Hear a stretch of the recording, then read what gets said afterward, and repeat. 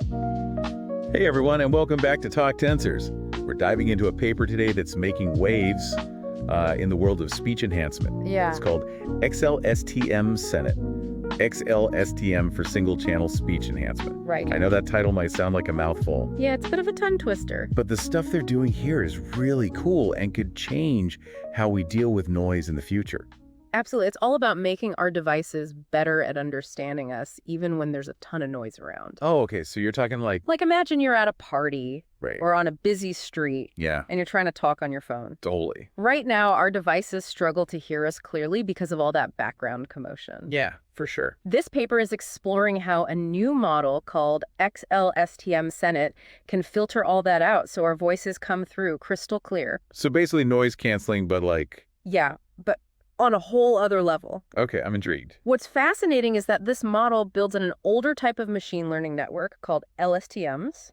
Yeah, long short-term memory networks. They've been around for a while, Yeah. and they're really good at processing sequences of data, like words in a sentence or the audio signals in speech. Okay. But they've always had limitations, especially with really long sequences. So is this XLSTM SENet? It's like a souped-up version of an LSTM. Okay, so what makes it so special? Imagine you're taking notes. Okay. Regular LSTM is like a small notepad. It can only hold so much. Right. But XLSTM is like having a massive binder Oh, wow. with color-coded tabs and dividers. Okay. It can store way more information and find what it needs much faster. So it's all about handling those longer chunks of audio more efficiently. You got it. But weren't there already newer models trying to do that? Like conformers. Yeah. Yes, and that's what's really surprising. Oh. The researchers tested XLSTM SENet against those state-of-the-art models. Like conformers. Conformers Mamba. Uh-huh. And guess what? Well. XLSTM SENet either matched or beat them. Wait, are you serious? You're telling me this upgraded version of an older technology is going toe-to-toe with the latest and greatest? I know, right? It's pretty mind-blowing. That's like saying a vintage record player can outperform a fancy digital audio system. And here's the kicker. Even those baked LSTMs, without the upgrades, performed surprisingly well on this task.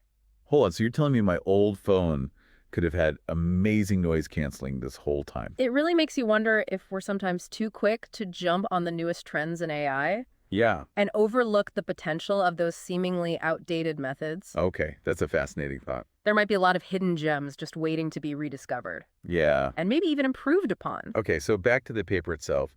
I read that they did something called ablation studies. Ah, yes, ablation studies. What exactly are those? It's like being a detective, but for AI. Okay. Imagine you have this cool gadget, but you don't know how it works. Yeah. You start taking it apart piece by piece, testing each component to figure out what it does and how it contributes to the overall function. So they basically tinkered with different parts of XLSTM SENet to see what makes it tick. Exactly. They changed things like the expansion factor, which affects how much information the model can process, and adjusted the biases within the model to see how those tweaks impacted its performance. So by taking it apart and putting it back together, they figured out what makes this model so effective at noise reduction. Yeah. That's clever. It highlights the importance of not just building complex models, but also understanding how each component works and contributes to the overall goal. Now, I'm curious about this head-to-head matchup between XLSTM and the plain old LSTM. Right. Didn't they try swapping out different parts to see what would happen? They wanted to see how much of the performance boost came from the XLSTM architecture itself versus other design choices. Right. So they tried two things. Okay. First, they replaced the XLSTM layers with regular LSTM layers. Okay. And second, they replaced entire XLSTM blocks with LSTM blocks. So they were testing whether a simple swap was enough. Exactly. Or if they needed to replace a whole chunk of the model. Precise. To see a difference. And what they found was really interesting. Simply swapping out those XLSTM layers for LSTM layers decreased performance. But when they replaced entire XLSTM blocks with LSTM blocks, they got similar results to the original XLSTM SENet. Okay, that's a bit technical for me. Okay. What does that actually tell us? Think of it like upgrading a car engine. Okay. Sometimes you can just swap out a single part, like the spark plugs, and get a noticeable improvement. Right. But sometimes you need to replace a whole module, like the fuel injection system, to see a real difference. Okay, that makes sense. So in this case, it seems like the way the XLSTM components are organized within the model plays a big role in its effectiveness. Exactly. But this is all theoretical, right? Yeah. What about real-world applications? That's a great question. Yeah. They also wanted to see how XLSTM, Mamba Yeah. Conformer, and LSTM perform with different model sizes. Oh, like scaling a recipe up or down. Yeah, you can think of it like that. Okay, A bigger model might be more complex, but also potentially more powerful, right. while a smaller model might be more efficient, but maybe less accurate. Ah, so it's all about finding the sweet spot between performance and efficiency. Exactly. So what did they find? Well, a key takeaway is that all the models performed similarly when scaled up, Okay. but when they scaled them down, I mean, smaller, more efficient models, LSTM actually outperformed all the others. wow, so the simpler, older LSTM is actually the more versatile option. It highlights the importance of considering the trade-offs between model complexity and performance, Right. especially when we're talking about real-world applications where efficiency and scalability are crucial. This is all really intriguing, but tell me about that sequel they mentioned. The sequel. Yeah, what's this XLSTM SENet 2 all about? Ah, yes. They decided to really push the limits of XLSTM and created XLSTM SENet 2, specifically designed to showcase the full potential of this upgraded architecture. So did it live up to the hype? It did. Really? The results were clear. Oh, wow. XLSTM SENet 2 outperformed all the other models, including its predecessor, XLSTM SENet. So in the end, XLSTM reigns supreme. It's like the underdog that comes back stronger and wins the championship. But, the fact that plain old LSTM performs so well in some scenarios is really interesting. Absolutely. That's what makes this research so exciting. Yeah. It challenges our assumptions and opens up a whole world of possibilities.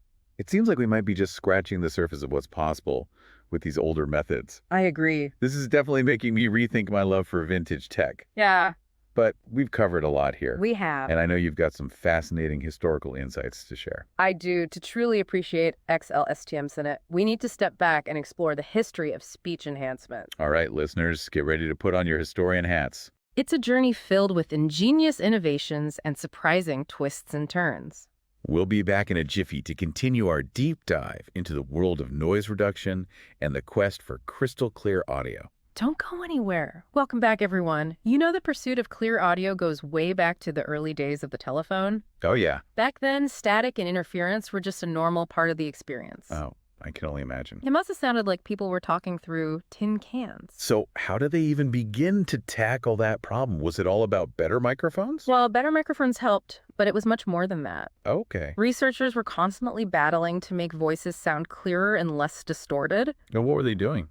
That led to innovations like noise-canceling microphones and echo reduction. Oh, wow. Those were all analog solutions, though, relying on clever engineering and the physics of sound waves. So when did things start to shift to the digital realm? Was that when computers entered the picture? Exactly. The game changer was the rise of digital signal processing, or DSP. Yeah. This opened up a whole new world of possibilities. How so? Suddenly, engineers and researchers could manipulate audio signals with incredible precision.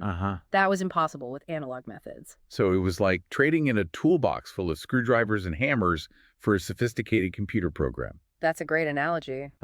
And with this new digital toolbox, we started seeing all sorts of new algorithms. Like what? Things like adaptive filters and spectral subtraction. What do those do? All aimed at digitally removing noise from audio signals. Okay. It was a huge step forward. That makes sense. And is this where those LSTMs we were talking about come into play? Precisely. As machine learning took off, LSTMs became a natural fit for speech processing. Because They're good at understanding the temporal structure of audio signals. right, which is important for... Crucial for both speech recognition and speech enhancement. But as we said earlier, LSTMs have limitations when it comes to scaling up Right. to handle longer sequences. And that's where XLSTM comes in. Yes. XLSTM was designed to overcome those limitations. Yeah. And that brings us back to XLSTM SENet. Okay. It combines the power of XLSTM with the sophisticated architecture for denoising speech signals. So it's like taking the best of both worlds. Yeah. Improved memory and processing power of XLSTM and a framework for speech enhancement. And it seems to be working incredibly well. It does. The results of this paper are impressive. Yeah? XLSTM SENet can rival or even beat the performance of those cutting-edge models. Like Conformers and Mamba. It's amazing to think that sometimes going back and refining older methods can lead to such breakthroughs. It really is. It makes you wonder what other hidden gems are out there. Yeah, what else is waiting to be rediscovered? So let's shift gears a bit and talk about real-world implications. Okay. Where do you see this research leading? What kind of impact could XLSTM SENet have on our lives? Imagine a world where your hearing aids could seamlessly filter out background noise, Oh, wow, yeah. allowing you to have conversations even in crowded environments. That would be incredible. Or picture video conferencing systems that automatically enhance the speaker's voice, Okay. eliminating distractions. Making meetings much more productive. Right. Those are great examples, and that's just the beginning, right? Yeah. This technology could be used in, Voice assistants, podcasting, music production. right, anywhere where noise reduction is crucial. Exactly. The possibilities are vast. Yeah.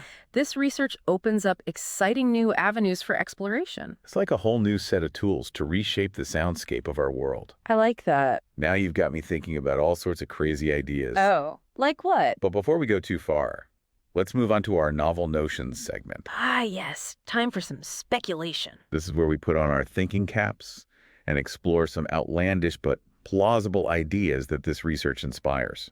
Remember, folks, this is just for fun Right. and should not be taken as investment advice or a prediction of the future. Of course not. But one thought I've had is, what if we could leverage XLSTM to not just remove noise, but to generate entirely new audio experiences? Whoa, hold on. You're talking about creating sounds that don't even exist? In a way, yes. Imagine training an XLSTM model on a massive data set of sounds Okay. from nature music, human speech, Yeah. then giving it the ability to recombine and manipulate these sounds in ways never before possible. So we could create... Entirely new sonic textures, Wow. musical instruments that defy physics, That's why... even personalized soundscapes that adapt to our moods. That sounds amazing and a little terrifying. Vaha, why terrifying? Like, what if someone created a sound so disturbing that it drove people mad? Have you seen that movie, The Ring? Haha, I see your point. Yeah, But like any technology, there are risks. true. But I think Yeah. the potential benefits far outweigh the dangers. Okay. Imagine creating sounds that have therapeutic effects, Okay, yeah. helping people relax, focus, or even heal, Interesting. or using these sonic creations to enhance storytelling, gaming, or VR experiences. Okay, now you're talking. Sign me up for a personalized soundscape that transports me to a tropical beach anytime I feel stressed. Aha. But seriously, this idea of creating new sounds is mind-blowing. It is. And who knows, maybe one day we'll create sounds that can communicate emotions or ideas in ways words can't. Wow, like a whole new language based on sound? Exactly. That's a wild concept. Yeah, But I love it. It's like a new dimension of human expression. it is. But you mentioned another idea you were playing with. Right. Something about XLSTM and those brain-computer interfaces we keep hearing about. Yes. This one might be even more out there, Oh. but stick with me. Okay. What if we combined XLSTM with brain-computer interfaces Okay. to create a direct link between our thoughts and the sonic world? Whoa. Imagine thinking of a sound and having it materialize around you, Okay. or composing music directly from your imagination. You're really going sci-fi on us. Controlling sounds with our minds. It's definitely speculative, Yeah. but not entirely impossible. Technologies like XLSTM and brain-computer interfaces could blur the lines between our thoughts and the sounds we hear. It's a future that's exciting and a little scary, I agree. but we've been exploring these novel notions for a while now. We have. And I'm sure our listeners are eager to hear your takeaways from this paper and what they should be thinking about. You're right. We've covered a lot today. We have. From the history of speech enhancement to the surprising performance of XLSTM and LSTMs All right. to some mind-bending possibilities. Before we wrap up this deep dive, let's reflect on some of the key takeaways and leave our listeners with some food for thought. Sounds good to me. We'll be right back after a quick break. Welcome back to Talk Tensors. We've been on quite a journey exploring this XLSTM SENet model and Yeah, the whole world of speech enhancement. it's been a fascinating deep dive. As one of the biggest things that stood out to me was how well those basic LSTMs performed. Right. It really makes you wonder if we're too quick to write off these older methods. I agree. It's easy to get caught up in the hype of the latest and greatest. Right, we just assume the newest thing is always the best.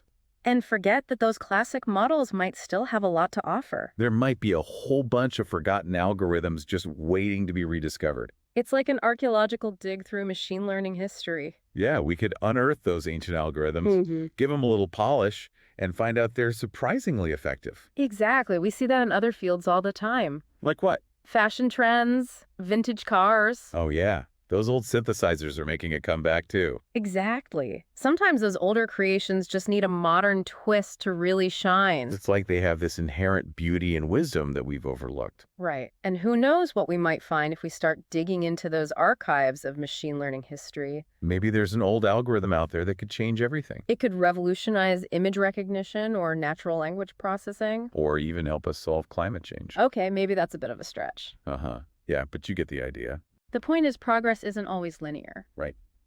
Right. Sometimes the answers we need are already out there. Just waiting for us to rediscover them. It's like that saying, everything old is new again. But it's not just about nostalgia. Right. It's about recognizing that the past has a lot to teach us. And maybe those older approaches have more potential than we realize. Well said. And on that note, we've reached the end of our deep dive into XLSTM SENet and the quest for a quieter, clearer world.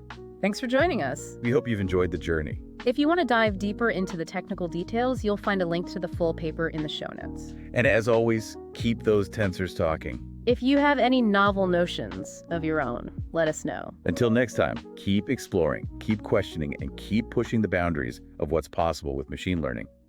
Happy researching, everyone.